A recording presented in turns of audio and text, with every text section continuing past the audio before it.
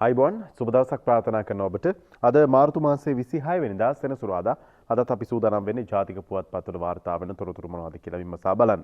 මේ දවස්වල කතා බහට ලක් වෙන්නේ රටේ ආර්ථික තත්ත්වය පිළිබඳව විශේෂයෙන්ම ඩොලරයේ අගය ඉහළ යාම මේ ආදී කාරණාත් එක්ක භාණ්ඩ හා සේවා මිල ගණන් වලට වෙලා තියෙන තත්ත්වය භාණ්ඩ හා සේවා මිල ගණන් ඉහළ යාම ඒ වගේම මේ ආර්ථික අර්බුදයට ලැබෙන විසඳුම් මොනවද මේ කාරණා පිළිබඳව අදත් ජාතික පුවත්පත් වලින් තොරතුරු පුටා ගනිමින් අපි තොරතුරු ඉදිරිපත් කරන්න බලාපොරොත්තු වෙන අතරේදී ඊයේ දිනේදී ඊයේ මධ්‍යම රාත්‍රියේ සිට ක්‍රියාත්මක වුණ පරිදි ලංකා IOC ඒ කියන්නේ ඉන්දියන් ඔයිල් සමාගම පෙට්‍රල් ලීටරයක මිල ඉහළ දැමීම පිළිබඳවත් තොරතුරු වාර්තා වෙලා තියෙනවා. අද ඇතැම් පුවත්පත්වල ලංකාදීප පුවත්පතේ නම් වාර්තා වෙලා තියෙනවා IOC පෙට්‍රල් රුපියල් 49කින් නැගී කියලා.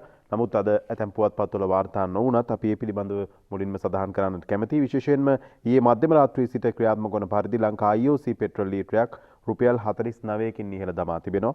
ඒ අනුව IOC නව මිල ඔක්ටේන් 92 රුපියල් 303ක් ඔක්ටේන් 95 රුපියල් 332ක් විදිහට තමයි සටහන් වෙලා තියෙන්නේ. ඉතින් මේ ආර්ථික තත්ත්වය පිළිබඳවම කතා බහට ලක් වෙන විට තොරතුරු කිහිපයක් අපි දිනමින පුවත්පත් වලින් උපුටා ගන්න බලාපොරොත්තු වෙනවා. විශේෂයෙන්ම පාර්ලිමේන්තුවේදී පළවුණු අදහසක් එක්ක තමයි මේ කාරණේ පිළිබඳව මතුවුනේ. රාජ්‍ය බැංකු කිහිපයක් පිළිබඳව විවිධ ප්‍රචාර පළ වුණා. ඉතින් මේ සම්බන්ධයෙන් මහ බැංකුව අධිපතිවරයා කරුණු පැහැදිලි කරලා තියෙනවා. වරප්‍රසාද වලට මුවා වී ආර්ථිකය ගැන බොරු කීම වැරදි කියලා.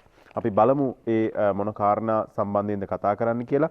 පාර්ලිමේන්තු මන්ත්‍රී වරප්‍රසාද වලට මුවා වී පටු අරමුණින් ආර්ථික කරුණු සම්බන්ධයෙන් කරුණු දැක්වීම ඉතා නරක ක්‍රියාවක් වෙයි.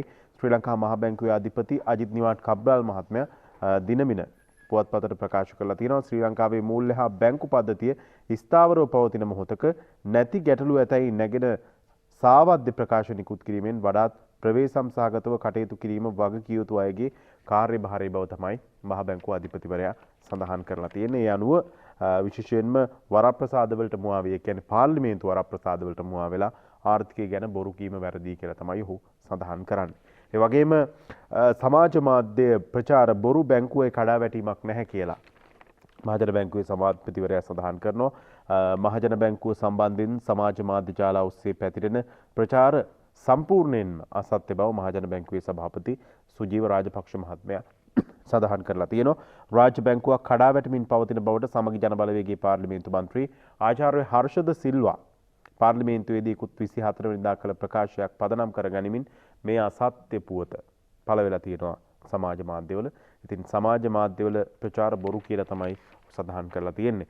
ඒ වගේම රාජ්‍ය බැංකුව ඉකුත් වසරේ බිලියන 20ක ලාභයක් ලැබුවා කියලා අමාත්‍ය වෛද්‍ය රමේෂ් පතින්න මහත්මයා සඳහන් කරලා තියෙනවා. ට්‍රිලියන ගණනක වත්කම් තිබෙනවා. මූල්‍ය ස්ථාවරය ගැන බිය වෙන්න එපා. මේක සමාජ මාධ්‍ය පැතිරීමත් එක්ක යම් ආකාරයක කලබලයක් ඇති වුණා. මේ බැංකු පද්ධතියට යම් ආකාරයක මේ ගැටලුවක් වෙලා තියෙනවද කියලා ඒ සම්බන්ධයෙන් තමයි අදහස් පළ කරලා තියෙන්නේ. මෙරට රාජ්‍ය බැංකු පද්ධතියේ පසුගිය වසරේ රුපියල් බිලියන 20කට අධික ලාභයක් ලබා ඇතැයි එම බැංකු පද්ධතිය සතු රුපියල් ට්‍රිලියන ගණනක වත්කම් පද්ධතියක් ඇති බැවින් ඒවායේ මූල්‍ය ස්ථාවරත්වය පිළිබඳව කිසිදු බියක් හෝ සැකයක් ඇති කර නොගන්නයි වැවිලි කර්මාන්ත හා අපනයන කෘෂිකර්ම ඇමති රමේෂ් පතින්න මහත්මයා සඳහන් කළා. ඊයේ පැවති මාධ්‍ය හමුවේදී ශ්‍රී ලංකා පොදු ජන පෙරමුණේ මාධ්‍ය හමුවේදී තමයි අමාත්‍යවරයා මේ පිළිබඳව අදහස් පළ කළේ. ඒ වගේම ඊයේ තවත් විශේෂ සාකච්ඡාවක් පැවැත්වුණා ජනාධිපති කාර්යාලයේදී. ඒ තමයි දෙමළ ජාතික සන්ධානය සහ ජනාධිපතිතුමා අතර සාකච්ඡාවක් පැවැත්වුණා. මේ පිළිබඳව අද දිනමින පුවත්පත වාර්තා කරලා තියෙනවා සවිස්තරාත්මකව. දෙමළ සන්ධානයේ ජනපති හමුවේ රට ගොඩනැගීමට එක්ව වැඩ කරමු ජනාධිපතිතුමා හැම කියලා තියෙනවා. එක්සත් ශ්‍රී ලංකාවක සියලු ජාතීන් සෞභාග්‍ය කරා ගෙන යමු කියලා දෙමළ ජාතික සන්ධානයේ නායක ආර් සම්බන්ධන් මහත්මයා මේ හමුවේදී සඳහන් කරලා තියෙනවා කියලා. එයද වාර්තා කරලා තියෙන්නේ. රට ගොඩනැගීම සඳහා එක්ව කටයුතු කරමු යයි ජනාධිපති ගෝඨාභය රාජපක්ෂ මහතා දෙමළ ජාතික සන්ධානයට ඊයේ ඇරයුම් කළා. දෙමළ ජාතික සන්ධානයේ සමග ජනාධිපති කාර්යාලයේ පැවති සාකච්ඡාවේදී මේ කරුණු අනාවරණය වුණේ. අපිට දැන් බලන්නට හැකියාව තිබෙනවා ඊයේ ජනාධිපති ලේකම් කාර්යාලයේ පැවැත්වුණු මේ සාකච්ඡාවේදී මොන වගේ කරුණු පිළිබඳවද අදහස් හා යෝජනා ඉදිරිපත් වුණේ කියන කාරණය ගැන. කරගනිමින් මෙම සාකච්ඡාව පැවැත්වුණා.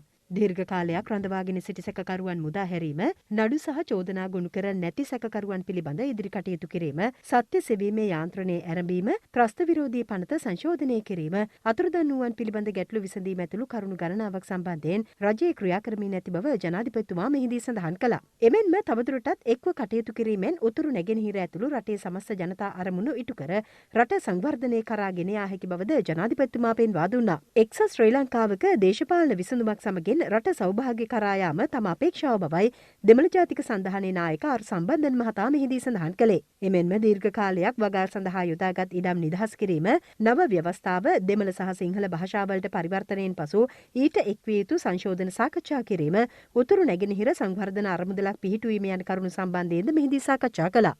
අග්‍රාමාත්‍ය මහින්ද රාජපක්ෂ මැතිතුමා අමාත්‍යවරුන් වන මහාචාර්ය ජී.එල්. පීරිස්, චමල් රාජපක්ෂ, අලි සබ්රි යන මහත්වරුන්ද, ජනාධිපති ලේකම් ගාමිණී සෙනරත්, ජනාධිපති ප්‍රධාන උපදේශක ලලිත් වීරතුංග, දෙමළ ජාතික සන්ධානය නියෝජනය කරමින් පාර්ලිමේන්තු මන්ත්‍රී එම්.ඒ. සුමන්දිරන්, චාල්ස් නිර්මලනාදන් ඇතුළු පිරිසක්ද සාකච්ඡාවට එක්ව සිටියා. We can negotiate the issues that you all have. ඔබ සියලු දෙනාට තියෙන ගැටලු වලට විසඳුමක් සොයා ගැනීමට හැකි වේයයි මම විශ්වාස කරනවා. ප්‍රමාදයකින් තොරව ඒවා ඉක්මනින් විසඳා ගැනීමටයි අපි බලාපොරොත්තු වෙන්නේ. ඒ සම්බන්ධයෙන් තවදුරටත් සාකච්ඡා පවත්වා තීරණවලට එළඹීමට හැකියි. මා ජනාධිපතිවරයා ලෙස තේරීපත් වූ අවස්ථාවේදීත් කිව්වා මට බහුතර ඡන්ද ප්‍රමාණයක් දකුණෙන් ලැබුණත් සමස්ත ලංකාවටම ජනාධිපතිවරයා බව. සියලු ආගම්වලට ජාතීන්ට ගරු කරන බව. ශ්‍රී ලංකාවේ සියලු දෙනාට එක හා සමානව සැලකීමට මම ප්‍රතිඥා දුන්නා. මේ වෙලාවේ රටේ තියෙන ප්‍රශ්න විසඳා ගැනීමට මට අවශ්‍යයි.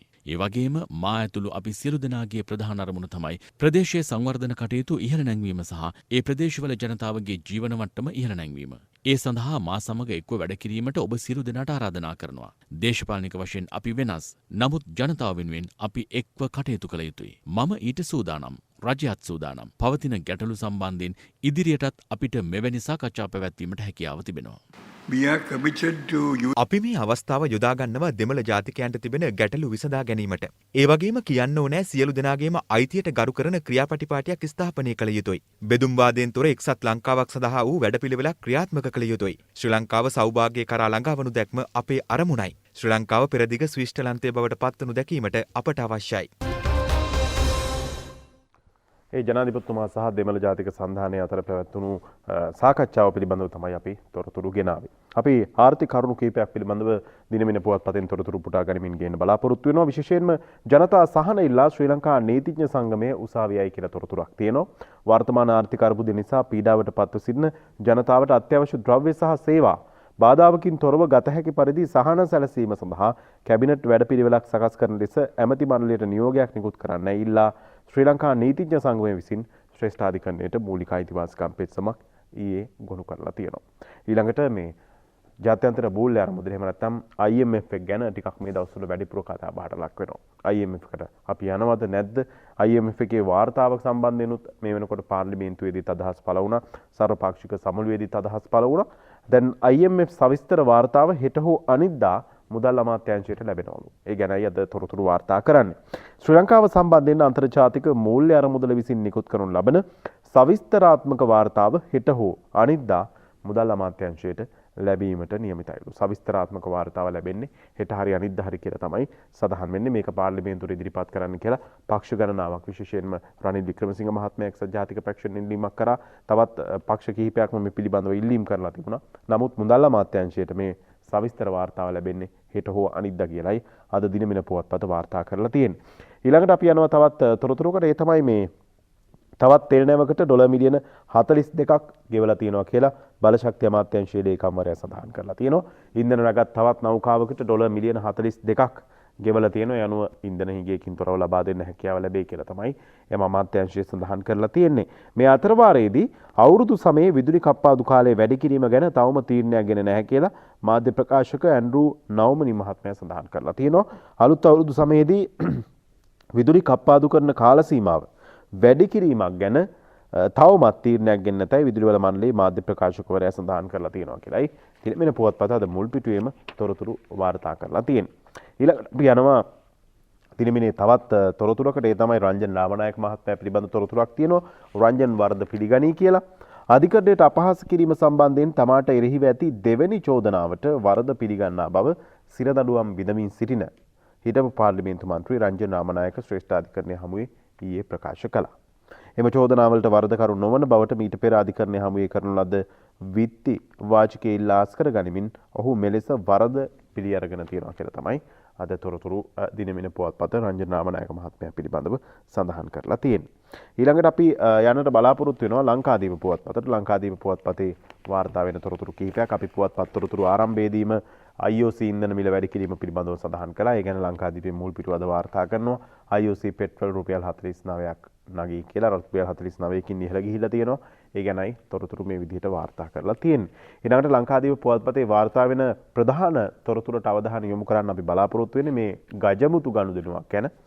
ගජමුතු ගනුදෙනුවට හිටපු නියෝජ්‍ය ඇමති පණ්ඩු කියන්නේ පණ්ඩු බණ්ඩාරනායක මහත්මයා ඇතුළු 5 දෙනා රිමාන්ඩ් කරලා තියෙනවා. මේ අත්අඩංගුවට ගත්ත ගජමුතු පිස්තෝල ජීවඋණ්ඩ 8 සහ ජංගම දුරකථන 5 ඡායාරූපයේ දැක්වෙනවා. අපි බලමු මේ පිළිබඳව සවිස්තරාත්මකව. ගජමුතු 3ක් රුපියල් කෝටියකට අලෙවි කිරීමට තැත් කරන ලදයි කියන සිද්ධියක් සම්බන්ධයෙන් අම්පාර නගරයේදී සැකපිට අත්අඩංගුවට ගනු ලැබූ ගම්පහ දිස්ත්‍රික්කයේ හිටපු නියෝජ්‍ය අමාත්‍යවරයෙකු වන පණ්ඩු බණ්ඩාරනායක මහතා ඇතුළු 5 දෙනා ලබන 7 වෙනිදා දක්වා රිමාන්ඩ් භාරයේ රඳවා තැබීමට අම්පාර මහේස්ත්‍රාත්වරයා ඊයේ නියම කරලා තියෙනවා. හිටපු නියෝජ්‍ය අමාත්‍යවරයාට අමතරව අත්අඩංගුවට ගන්නා සැකකරුවෝ දෙදෙනෙක් කාන්තාවක හා ජීප් රථයේ රියදුරු මෙලෙස රිමාන්ඩ් භාරයට අරගෙන තියෙනවා. රුපියල් කෝටියකට වැඩි මුදලකට රුපියල් කෝටියකට අලෙවි කිරීමට තමයි මේ උත්සාහය අරගෙන තියෙන්නේ. එතකොට තමයි අම්පාරේදී අත්අඩංගුවට අරන් තියෙන්නේ. මේ පිළිබඳව අද පුවත්පත් කිහිපයකම තොරතුරු වාර්තා කරලා තියෙනවා. ඊළඟට අපි යනවා තවත් තොරතුරකට. මේක මේ පෙරේදා දවසේ සිදුවුණු කාරණයක්. විශේෂයෙන්ම මහානා හිමියන්ට සන්නස් පත්‍රය පිළිගන්වයි අගමහා පඬිත මකුලෑවේ විමල ශ්‍රී ලංකා රාමාන්‍ය මහානිකායේ මහානායක පදවිය පිළිබඳ අක්තපත්‍ර විමල හිමියන්ට ශ්‍රී ලංකා රාමාන්‍ය මහානිකායේ මහානායක පදවිය පිළිපැදීම පිළිබඳ අක්තපත්‍ර ප්‍රදානය කිරීමේ රාජ්‍ය උත්සවයේ ජනාධිපති ගෝඨාභය රාජපක්ෂ මහතාගේ ප්‍රධානත්වයෙන් ගිහි පැවිදි විශාල පිරිසකගේ සහභාගීත්වයෙන් කොළඹ නිදහස් චතුරස්‍රයේදී පැවැත්වුණා. එෙහිදී ජනාධිපතිතුමා මහානා හිමියන්ට සන්නස් පත්‍රයේ පිරිනමන ආකාරය තමයි ඡායාරූපයක් එක්ක අද වාර්තා කරලා තියෙන්නේ ලංකාදීප පුවත්පත. ඊළඟට අපි යනවා ලංකාදීප පුවත්පතේ තවත් තොරතුරකට ආර්ථික කපන කාරණයක් සම්බන්ධයෙන් රුපියල වැටීම වළක්වන්න මහ බැංකුව ඉක්මනින්ම පියවර 3කට යා යුතුයි කියලා තමයි සඳහන් කරන්නේ. කවුද කියන්නේ කාරණේ බලමු. ඇමරිකානු ඩොලරයට සාපේක්ෂව රුපියලයාගේ දිගින් දිගටම පහත යාම වැළැක්වීමට නම් ශ්‍රී ලංකා මහ බැංකුව ඉතා කඩිනමින් පියවර 3ක් ක්‍රියාත්මක කළ යුතුයි. ශ්‍රී ලංකා මහ බැංකුවේ හිටපු නියෝජ්‍ය අධිපති W.A. විජේවර්ධන මහත්මයා සඳහන් කරලා තියෙනවා.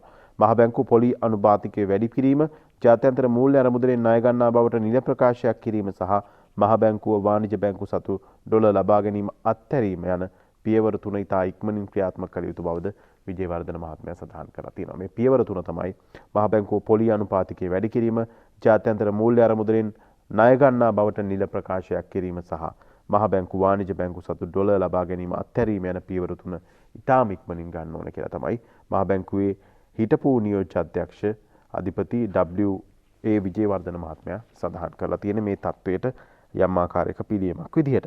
ඊළඟට අපි තවත් තොරතුරකට යනවා. ඒ තමයි ලිට්‍රෝ ගෑස්. තමත් ගෑස් ඉගේ ඇතැම් ප්‍රදේශවල තියෙනවා. ලිට්‍රෝ ගෑස් ටොන් 3600ක නැවක් එනවා කියලා තමයි සඳහන් වෙන්නේ. දවසට සිලින්ඩර් ලක්ෂයක් බෙදන්න සූදානම් වෙනවලු ලිට්‍රෝ සමාගම. තවත් ගෑස් ටොන් 3600ක නැවක් තමයි මේ විදිහට එනවා කියලාද තොරතුරු වාර්තා කරලා තියෙන්නේ. ඊළඟට මෙට්‍රික් ටොන් 40000ක තෙල් නැව දින 11කට පසු නිදහස් කරගෙන තියෙනවා කියලා තොරතුරක් තියෙනවා. අපි බැලුවොත් එහෙම මෙට්‍රික් ටොන් 40000ක තෙල් නැව දින 11කට පසු නිදහස් කරගනී කියලා ලංකාදීප පුවත්පත මේ බලශක්ති සම්බන්ධයෙන් තොරතුරු කිහිපයක් විදිහට අද වාර්තා කරලා තියෙනවා. සුබ දවසක් පුවත්පත් තොරතුරු අතරේ අපි ඊළඟට යනවා ලංකාදීප පුවත්පතෙන් තොරතුරක් උපුටා ගන්න. විශේෂයෙන්ම ඊයේ පැවැත්වුණු එක්සත් ජාතික පක්ෂ සත්‍යාග්‍රහය පිළිබඳ කොළඹ හයිට් පිටියේදී තමයි පැවැත්වුණේ. එජාප සත්‍යාග්‍රහයට මහ පිරිසක් කියලා තමයි ඡායාරූපයක් එක්ක වාර්තා කරන්නේ.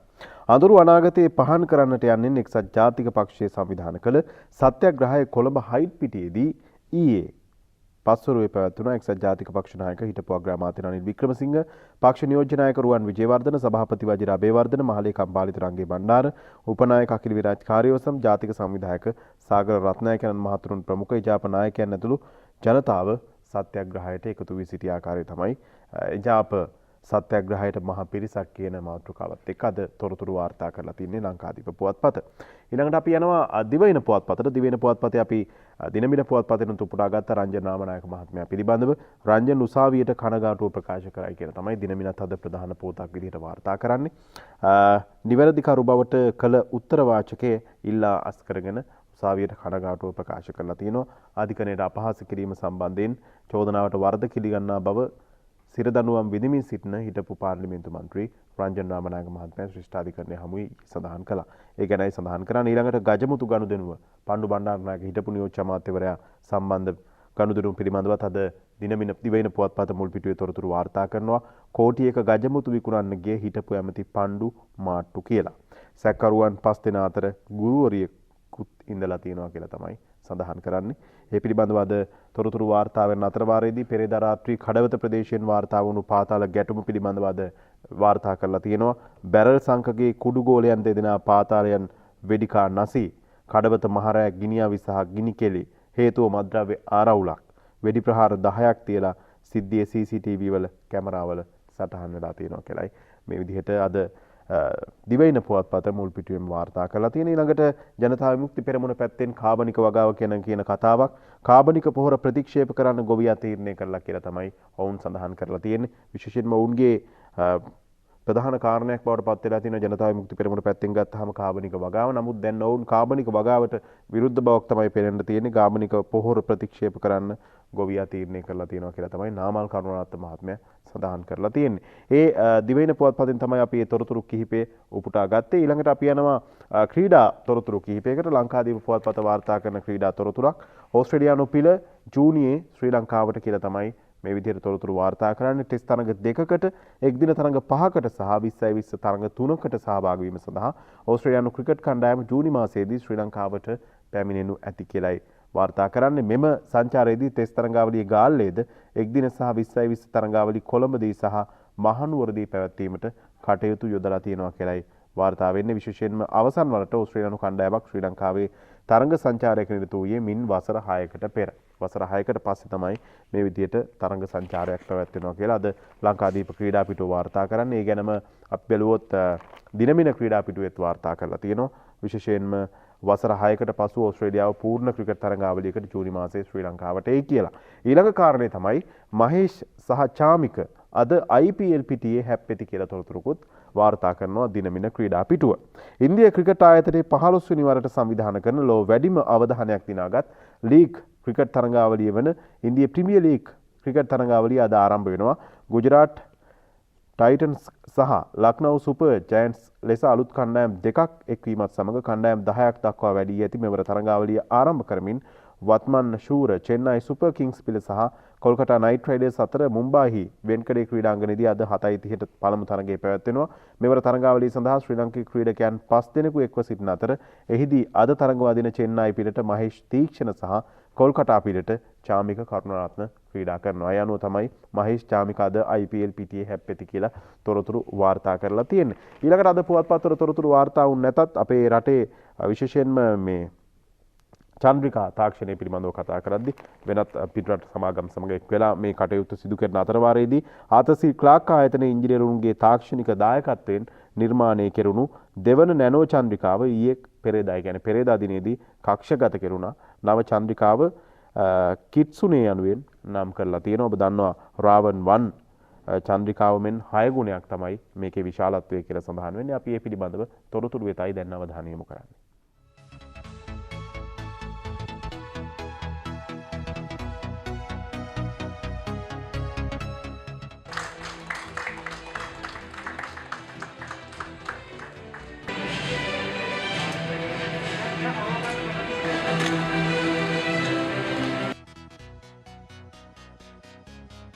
දෙදහස් දහත වසරේදී ක්ලාක් ආයතනයේ ජපානයේ කිව්ෂු තාක්ෂණ ආයතනය සමග සහයෝගිතා ගිවිසුමකට එළඹුණා.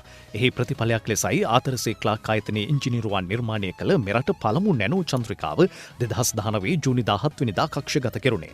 නව චන්ද්‍රිකාව පසුගිය පෙබරවාරි 18 වෙනි දින ජාත්‍යන්තර අභ්‍යවකාශ මධ්‍යස්ථානයට රැගෙන යනු ලැබුවා. එය මෙම මධ්‍යස්ථානයේ සිට කිලෝමීටර 400ක් දුරින් පිහිටි කක්ෂය වෙතයි මුදා හැරුණේ. මෙය රාවණ 1 චන්ද්‍රිකාව මෙන් 6 ගුණයක විශාලත්වයෙන් යුක්තයි.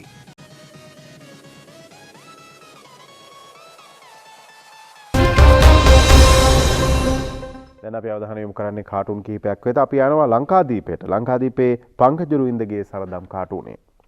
ආයෙත් රාජපක්ෂලාට උදව් නැහැ කියලා විමල් කියනවා. දැන් විමල් මොකටද රනිල් ඉන්නේ කියලා තමයි කියන්නේ. ඊළඟට අපි යනවා දිනමින පුවත්පතට. දිනමින පුවත්පතේ තියෙනවා අංජනගේ කාටුනය. සජබ 10 දෙනෙක් රනිල් ළඟට යන්න ඉන්නවා කියලා මහින්දානන්ද දන්නේ කොහොමද? ඒගොල්ලෝ යාළුවෝ මල්ලි කියලායි කියන්නේ. ඊළඟට අපි යනවා තවත් කාටුන් කීපයකට, විශේෂයෙන්ම මේ ශ්‍රීකාන්තගේ ශ්‍රී දූපත දිනමින පුවත්පතේම තෙල් පුරවපු බවුසර් ආපහු හැරිලා යනවා කියලා ලොකුගේ කියනවා බං. මාත් හීනෙන් දැක්ක සර් ගෑස් ටිපක උයාගෙන කනවා. තෙල් පුරවපු බවුසර් ආපහු හැරිලා යනවා කියලා ලොකුගේ අමාත්‍යවරයා කියනවලු.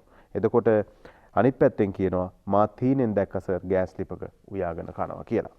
ඊළඟට අපි බලමු අනුර තේනුවරගේ කාටුනයක් තියෙනවා. අද මේ බඩගින්නේ ඉන්නවා ජනතාව. බඩගින්නෙන් විවිධ දේවල් කන්න දෙයක් තමයි ඉල්ලන්නේ. නමුත් ඉල්ලුම් පත්‍රයක් බෙදාගෙන යනවා. විපක්ෂ નાයක සජිත් ප්‍රේමදාස මහත්මයා වගේ තමයි පෙනෙන්නේ. මේ බඩගින්න ඉන්න ජනතාවට ඉල්ලුම් පත්‍රයේ නම ලිපිනය ඇතුළත් පුරවලා දෙන්න කියලා තමයි ඉල්ලීම කරමින් යන්නේ. ඉතින් මේ කාරණයක් පිළිබඳව අද සඳහන් කරමින් අපි පුවත්පත් තොරතුරු අවසන් කරනවා. හෙටත් හමුවේ මේ බලාපොරොත්තු වෙන්න ඔබට ප්‍රාර්ථනා කරනවා යහපත් සුබ දවසක්. ආයුබෝවන්.